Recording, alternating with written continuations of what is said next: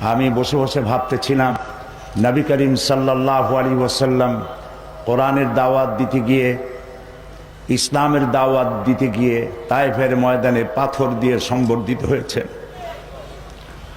হযরতে হামজা রাদিয়াল্লাহু তাআলা আনহু তার কলেজা, তার বুক ফেড়ে তার কলেজা বের করে চিবানো হয়েছে।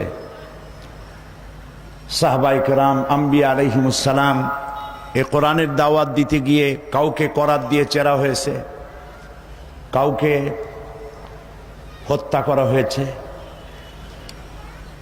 যুগে যুগে এ দাওয়াত দিতে যারাই এসেছেন তারাই বিপদের সম্মুখীন হয়েছেন। আমার মনে পড়ল ব্রিটিশ খেদাও আন্দোলন এবং ইসলাম প্রতিষ্ঠা করো, ব্রিটিশের গোলামি থেকে বাঁচো। যাদেরকে গ্রেফতার করা হলো সেই গ্রেফতারকৃতদের মধ্যে ছিলেন মাওলানা জাফর থানেশ্বরী। আদালতে বিচার হলো, আত্মপক্ষ সমর্থনের জন্য তিনি কোনো সুযোগ পেলেন না। বিচারের রায় হলো তাকে আন্দামান দ্বীপপুঞ্জে কালাপানিতে পাঠায় দেওয়া হবে যাবজ্জীবন। পায়ে শেকল পরানো মাওলানা জাফর থানেশ্বরী মহাদেশের একজন অন্যতম শ্রেষ্ঠ আলেম।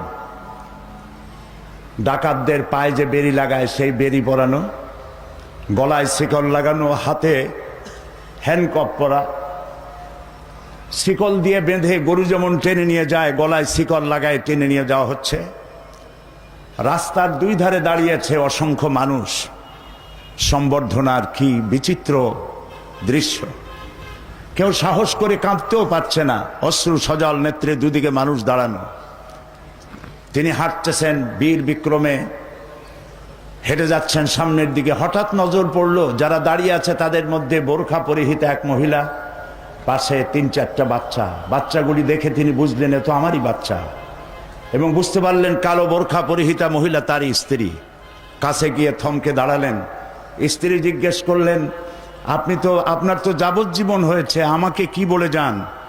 জাফর থানেশ্বরী বললেন, আমি তোমাকে সেই কথাই বলে যাব ইব্রাহিম আলাইহিস সালাম হাজেরা এবং ইসমাইলকে যে কথা বলে মরুভূমিতে রেখে গেছিলেন, সেই কথাই আমি আজকে বলে গেলাম, তোমাকে আল্লাহর হাতে আমি সুপর্দ করে গেলাম। সম্বর্ধনা পাওয়ার মতো কিছুই করি নেই।